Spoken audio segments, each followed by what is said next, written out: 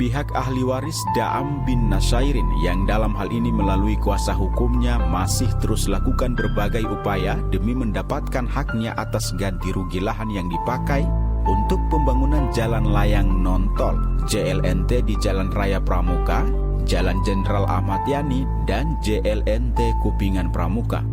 Adapun pokok permasalahan tersebut disampaikan oleh kuasa hukum Alian Safri kepada titik kata di Jalan Ancol Selatan 2, Jakarta Utara pada Selasa 7 Mei 2024. Untuk kronologis, perpunding 1815 milik ahli waris Daam bin Nasairin di tahun 1952, 1948 itu ada dua surat, yaitu surat perpunding 1815 dan testamen atas atau bisa juga disebut dengan surat notaris gitu pada zaman Belanda tersebut. Sehingga pada saat tahun 9495 ahli waris Daam bin Nasairin melakukan konversi hak atas lahan perpunding milik mereka. Berkaitan dengan itu, mereka sudah melakukan langkah-langkah kepada pihak BPN, Pemda DKI, termasuk semua dinas terkait ATR BPN untuk melakukan langkah ukur untuk peningkatan hak atas lahan mereka.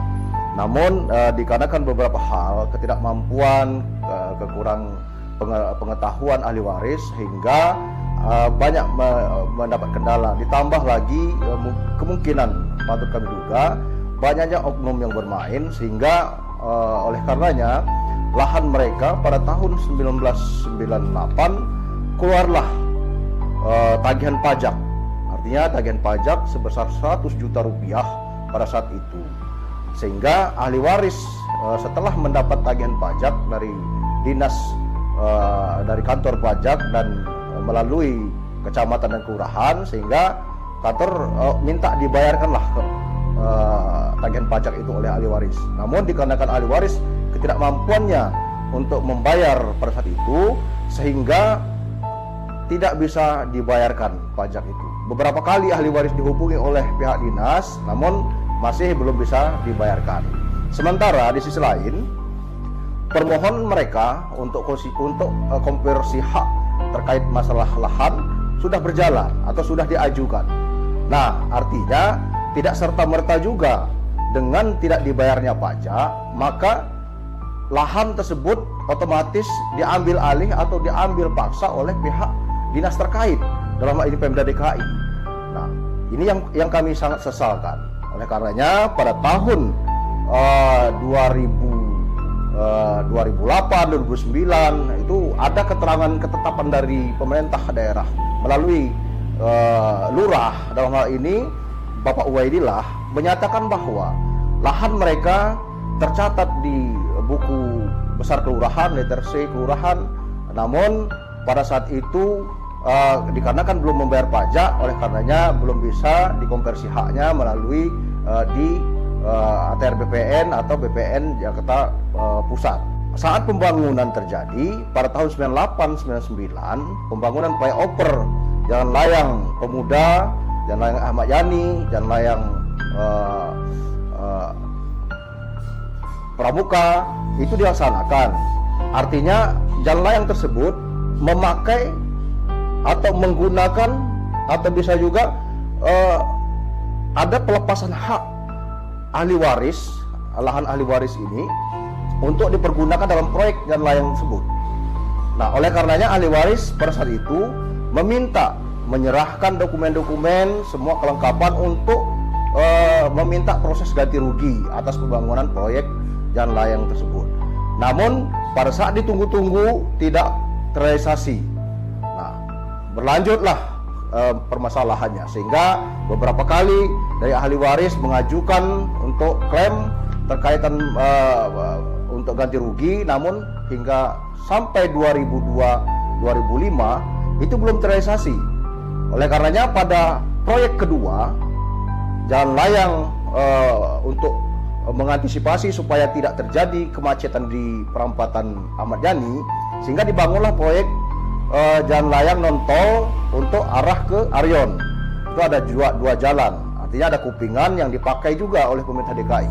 yang luasannya kurang lebih 22.000 meter persegi. Nah, kedua jalan layang inilah yang belum dibayar. Artinya dari pembangunan pertama di tahun 99-98 itu 10.100 meter persegi. Di tahun 2002-2005 itu ada 22.000 meter persegi. Artinya total, kalau ditotal semua itu total keseluruhan luasnya 32.000 meter persegi.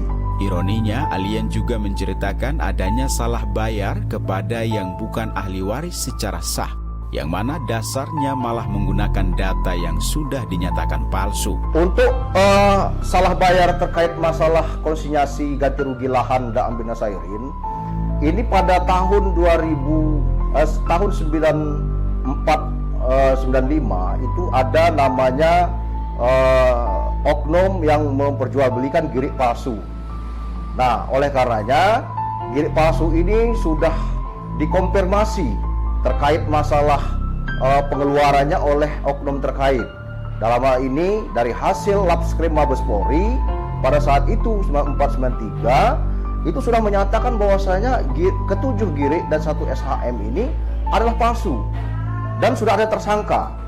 Nah, oleh karenanya diperkuat juga surat dari Labskrim Mabes Polri dengan surat ketentuan dari Gubernur DKI pada saat itu, Bapak Fauzi Bowo, menyatakan bahwasanya itu lahan palsu, girik-girik itu palsu. Oleh karenanya kami sebagai kuasa dari ahli waris mempertanyakan kenapa perihal surat yang sudah dinyatakan palsu, sudah ada tersangka, itu masih bisa dicairkan uangnya pada saat atau konsinyasi ganti rugi itu pada saat tahun 2010-2011.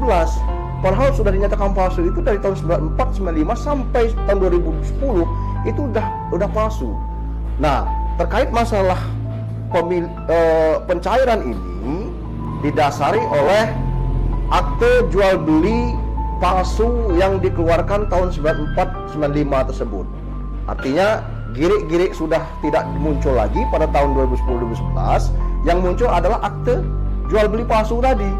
Nah, mestinya ada prinsip kehati-hatian dari pihak Bina Marga, Pemda DKI, termasuk pihak Pengadilan Negeri Jakarta Timur.